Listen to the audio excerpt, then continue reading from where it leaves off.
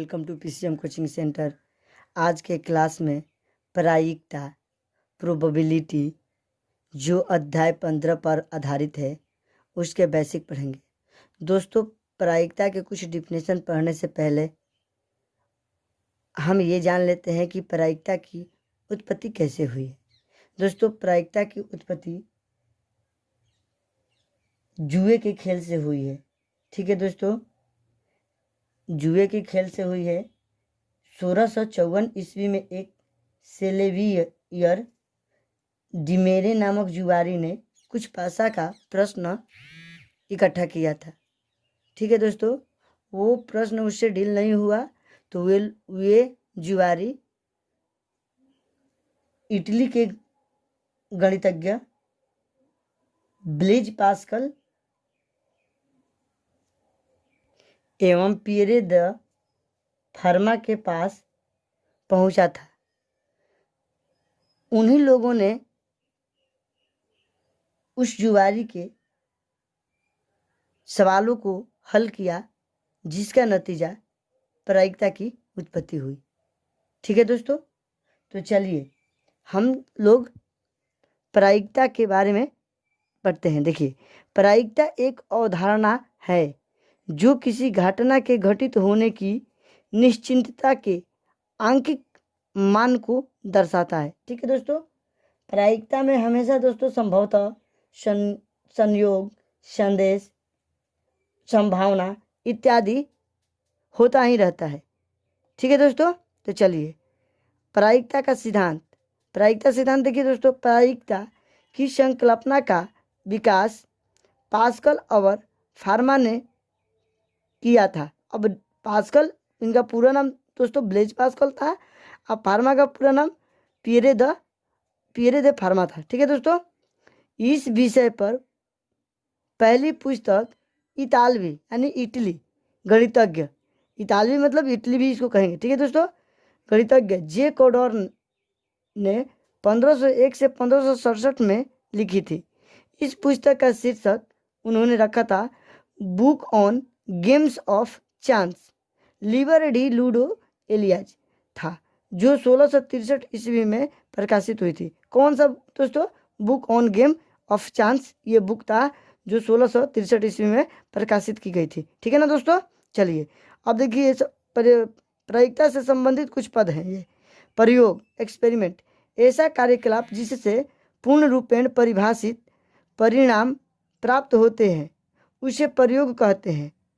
ठीक है दोस्तों, चलिए अब देखिए यादृच्छिक प्रयोग, रैंडम एक्सपेरिमेंट, ऐसा प्रयोग जिसमें सभी संभावित परिणाम ज्ञात होते हैं परंतु वास्तविक परिणाम की भविष्यवाणी अग्रिम रूप से नहीं की जा सकती है, उसे यादृच्छिक प्रयोग कहते हैं। अब ये दोस्तों सारा मैं ये जो पद के बारे में बता रहा हूँ प्रायिकता से संबंधित, इन सब का उपयोग आपको कब जब प्रश्न लगाने लगेंगे तो इन सब का डिफिनेशन से आपको हेल्प मिलेगा सवाल लगाने में। ठीक है दोस्तों, अब देखिए अभिप्रयोग, ट्रायल, एक बार किसी प्रयोग को करना अभिप्रयोग कहलाता है। ठीक है दोस्तों, घटना, इवेंट, किसी अभिप्रयोग के संभावित परिणाम को घटना कहते हैं। जैसे किसी सिक्के को उछालने पर चित को इंग्लिश में हेड कहते हैं दोस्तों, ठीक है, या पट को इंग्लिश में टेल कहते हैं, का आना एक घटना है। ठीक है ना दोस्तों, देखिए अनुकूल घटनाएं। ठीक है दोस्तों, ऐसी स्थिति जिसमें किसी घटना के घटित होने की पूरी संभावना होती है अनुकूल घटना कहलाती है। ठीक है दोस्तों, अब देखिए सांप्रदायिक घटनाएं,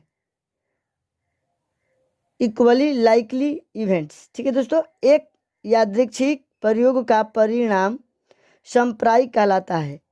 अनुकूल परिणामों की तुलना में अन्य परिणामों के प्राप्त होने की संभावना उतनी ही होती है। जैसे जब एक पासे को फेंका जाता है, अब पासा यानी इसको इंग्लिश में दोस्तों डाइस बोलते हैं। ठीक है, तो उसके पास फलक यानी फेस जिस 1 2 3 4 5 या 6 लिखा होता है के समान रूप से प्रकट होने की संभावना होती है। ठीक है दोस्तों, चलिए, किसी घटना के घटित होने की प्रायिकता, किसी घटना ई के घटित होने की प्रायिकता को प्रोबेबिलिटी ऑफ इवेंट द्वारा सूचित किया जाता है। प्रोबेबिलिटी ऑफ इवेंट बराबर ई के अनुकूल परिणामों की संख्या बाटा में अभिप्रयोगों यानी कि प्रयोगों के सभी संभव परिणामों की संख्या। देखिए दोस्तों, ई के अनुकूल परिणामों की संख्या को नंबर ऑफ इवेंट बोलते हैं, मैंने ई बोलते हैं। प्रयोगों के सभी संभव परिणामों की संख्या को नंबर ऑफ एस बोलते हैं। ठीक है दोस्तों, यानी प्रोबेबिलिटी ऑफ इवेंट बराबर नंबर ऑफ इवेंट बटा में नंबर ऑफ एस। ठीक है दोस्तों, इस तरह ये सूत्र हो जाएगा निश्चित। ये हमारा दोस्तों सूत्र, इसी सूत्र पर सारे सवाल प्रायिकता के लगाए जाएंगे। तो ये इम्पोर्टेंट सूत्र है, जो कि ये एक ही है, इसको आप लोग याद रखिएगा। चलिए, निश्चित या निर्धारित घटना, श्योर और सर्टेन इवेंट्स, किसी घटना के घटित होने की प्रायिकता एक होती है, उसे निश्चित घटना कहते हैं। ठीक है दोस्तों, कोई भी प्रायिकता का घटना अगर घटित होने की घटना एक होती है, उसे निश्चित कहेंगे। ठीक है दोस्तों, असंभव घटना देखिए, इम्पॉसिबल इवेंट, वह घटना जिसका घटित होना असंभव है कि प्रायिकता 0 है को असंभव घटना कहते हैं। जैसे एक पासे को एक बार फेंकने पर 7 आने की घटना असंभव घटना है। क्यों दोस्तों? क्योंकि एक पासे को फेंकेंगे तो 6 ही आएगा, एक डाइस को फेंकेंगे तो 6 ही नहीं आएगा, अच्छे उसमें 7 कहाँ से आएगा दोस्तों? तो ये ऐसी घटना असंभव घटना होती है। ठीक है दोस्तों, चलिए अब देखिए पूरक घटना, कॉम्प्लीमेंट्री इवेंट। माना कि ई एक घटना है तथा ई नहीं यानी कि नॉट ई भी एक घटना है, तो इसके घटित होने की संभावना तभी हो सकती है जब ई के घटित होने की संभावना नहीं है। ठीक है दोस्तों, अतः घटना ई नहीं हो घटना ई की पूरक घटना कहा जाता है। ठीक है दोस्तों, अतः probability of event plus probability of not event बराबर ई, मैंने इवेंट नहीं बराबर ई, मतलब कि इन दोनों घटनाओं को घटित होने की और एक बार घटित न होने की घटना दोनों जोड़ दिया जाए तो ये एक के बराबर होता है। ये भी एक सूत्र है दोस्तों, इसको भी आप लोग को याद रखना है। ठीक है दोस्तों, इसलिए प्रोबेबिलिटी ऑफ इवेंट बराबर 1 माइनस प्रोबेबिलिटी ऑफ नहीं इवेंट, ई नहीं, मतलब इस ये भी एक सूत्र है दोस्तों।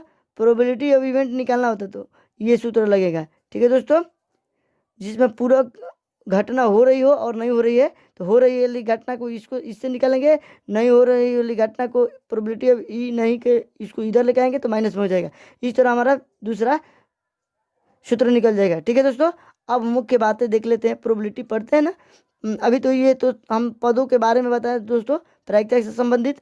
अब देखिए, किसी घटना ई के लिए प्रायिकता का जो रेंज होता है दोस्तों, या परिसर होता है, या औसत उसको बोलते हैं, वो होता है इजकल टू देखिए 0 से बड़ा या उसके बराबर प्रोबेबिलिटी के मान, मतलब प्रोबेबिलिटी ऑफ इवेंट के मान 1 से 1 के बराबर या उससे छोटा होता है। ठीक है दोस्तों, इसको इंग्लिश में पढ़ते हैं 0 less than equal to probability of event 1 less then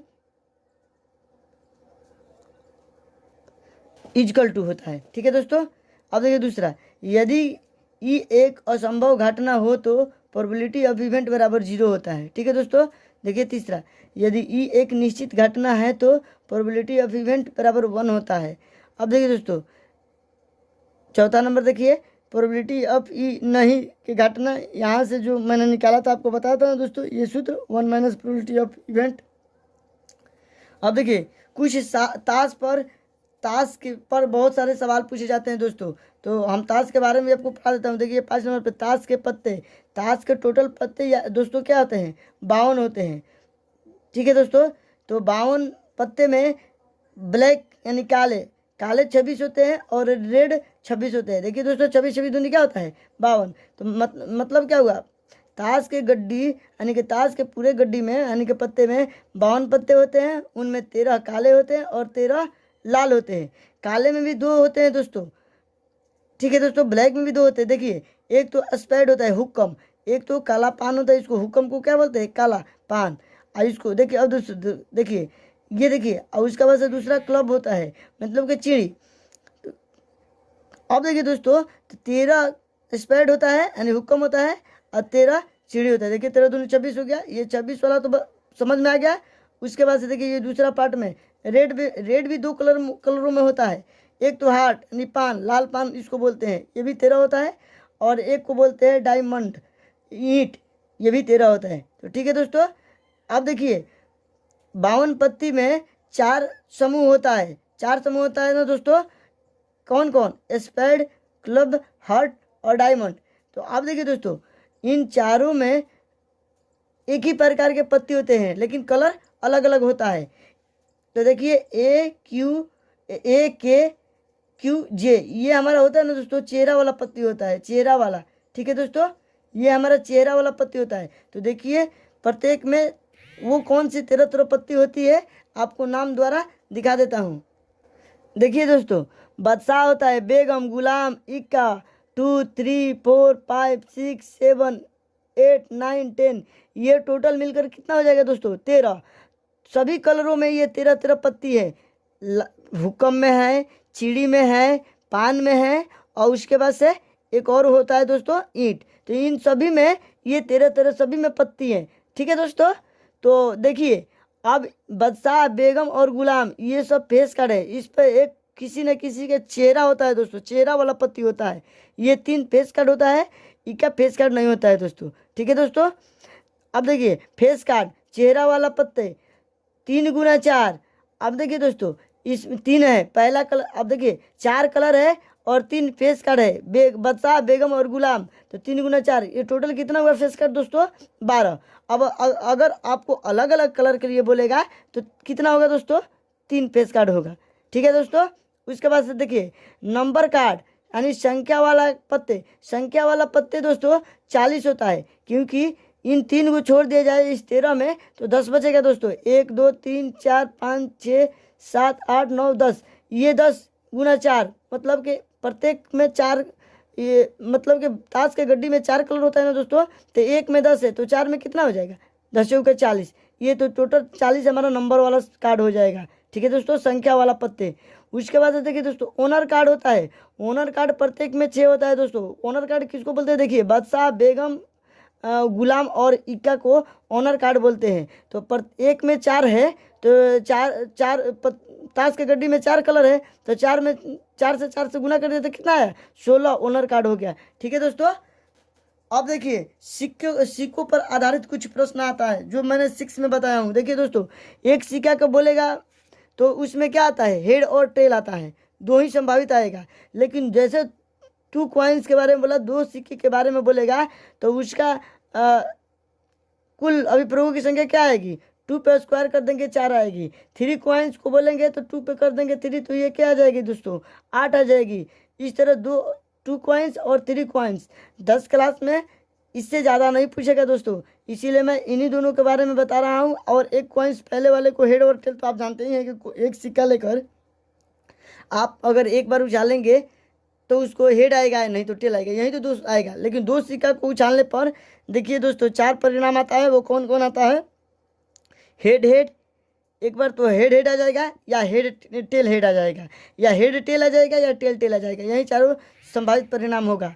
उसके बाद देखिए दोस्तों ये 3 कॉइन्स 2 के पावर क्यू यानी कि 8 आते हैं कुल संख्या अभिप्रभु की। तो ये क्या आएगा?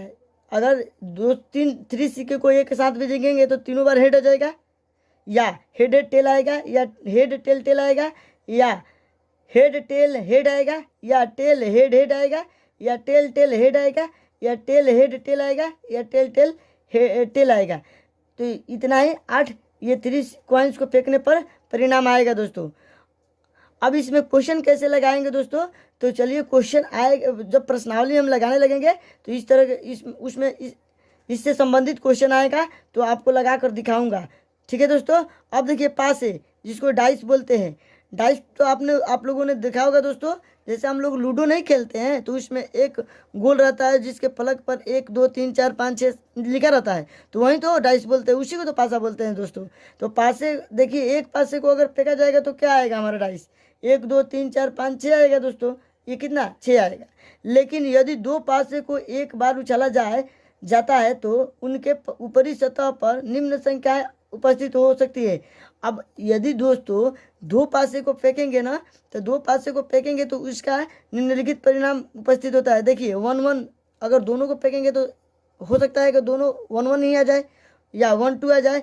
इस तरह 1 3 1 4 1 5 1 6, 2 1 2 2 2 3 2 4 2 5 2 6। इसी तरह दोस्तों ये 6 1 6 2 6 3 6 4 6 5 6 6।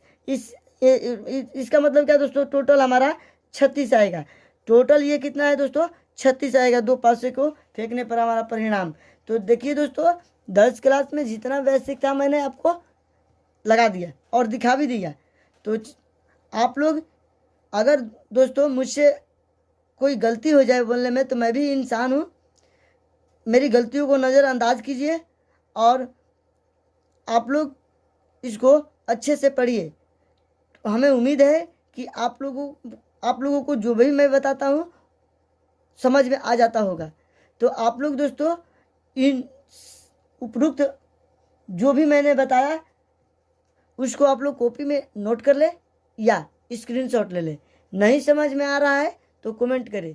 अगर मेरी वीडियो आपको पसंद आ रहा है दोस्तों तो लाइक शेयर तो सब्सक्राइब करें और अंत में बेल आइकन को प्रेस कर दें, ताकि जब भी मैं लेटेस्ट वीडियो बनाऊं तो सबसे पहले आपको मिले। तो आज की क्लास में इतना ही फ्रेंड्स, जय हिंद।